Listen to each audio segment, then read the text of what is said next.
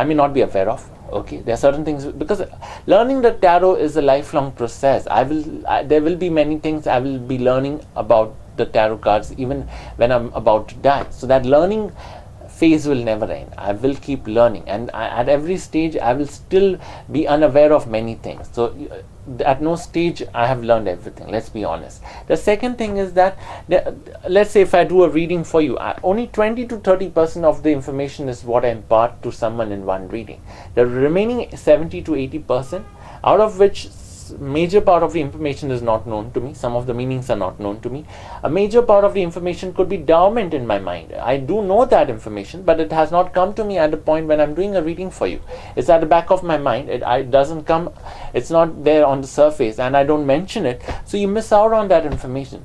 So any reading, the accuracy is, at least I personally don't guarantee the accuracy of any reading. Okay. Secondly, out of the 20% information that I impart to the client, only 10% could be applicable. The remaining is not applicable. So eventually what information you get, just 10 to 20% of that could be useful to you or could be accurate to your life. And just because the remaining 80% is not applicable doesn't mean the reading, the cards were wrong. The cards never go wrong. It is the reader, the tarot reader, the medium is the one who makes the error, and it's his or her fault when the reading goes wrong. So you have to take that in mind when you approach a reader. I mean, I'm a human being like anyone else, so I'm blessed with my own share of flaws, my own share of vices which affect my reading at any point in time, and that affects the client's reading or what they listen to in the end. So that's something you have to take into consideration.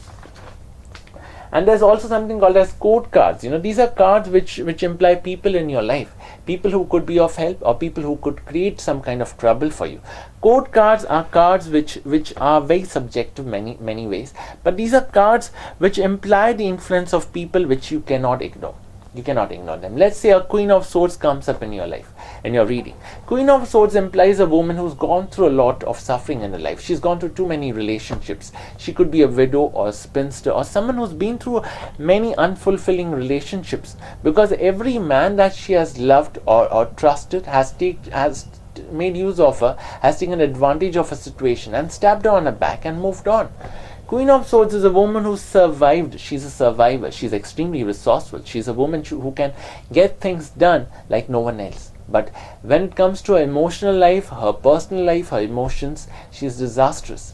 But this woman, if this card is upright, could be someone who can create miracles for you, because she knows how to survive and tackle difficult situations. So she could be an asset if the card is upright. But if the same card is reversed, this woman could be a nuisance for you. She'll go out of her way to create trouble for you. So you need to understand, the card is, every card has got its meaning, but what it implies varies from the situation and the person and the readings that we go through.